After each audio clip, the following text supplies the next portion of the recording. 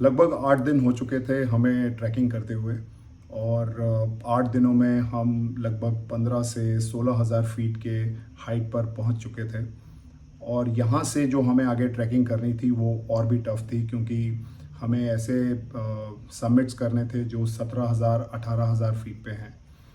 और इस बीच अ, हम सब में एक तरह का थकान, एक तरह का, इसे कहते हैं ना, गोइंग आउट ऑफ पेशेंस, वैसा सिचुएशन आ रहा था।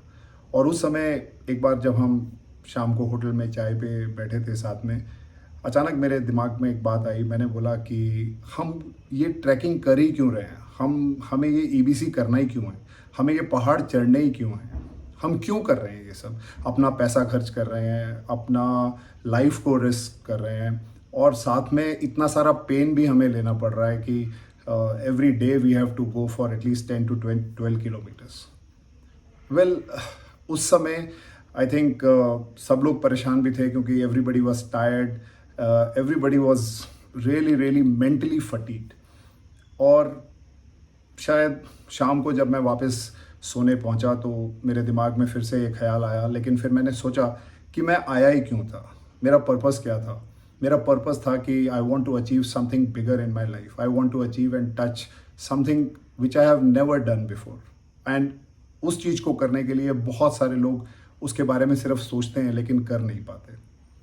पर उससे भी बड़ा चैलेंज ये था माइंड में कि कर तो लेंगे, लेकिन करने के वक्त भी मन में बहुत खुशी होनी चाहिए, मन में एक हैप्पीनेस चाहिए कि हम कुछ बड़ा अचीव करने जा रहे हैं, ना कि सिर्फ अपने आप को पुश करके धक्का खाते हुए बस जैसे तैसे कर लो, वो नहीं चाहिए।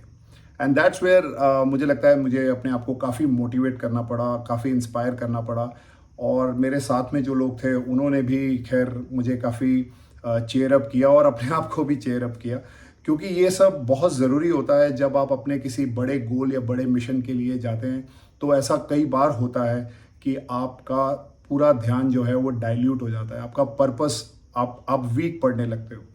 और यही चीज़ हमारे जॉब्स में या हमारे करियर्स में होती है कि हम कई बार जिस बड़ी चीज़ को अचीव करने जाते हैं, सामने देख के, चैलेंज को देख के हम या तो घबरा जाते हैं या हम अपने अपने आप को थोड़ा पीछे कर लेते हैं। And that's where a lot of people give up.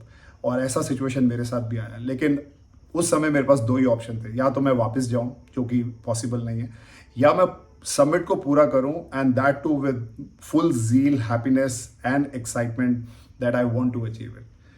And thankfully, with this in mind, I was able to, and not only me, my entire team was able to do EBC successfully without any injury, without any unfortunate circumstances.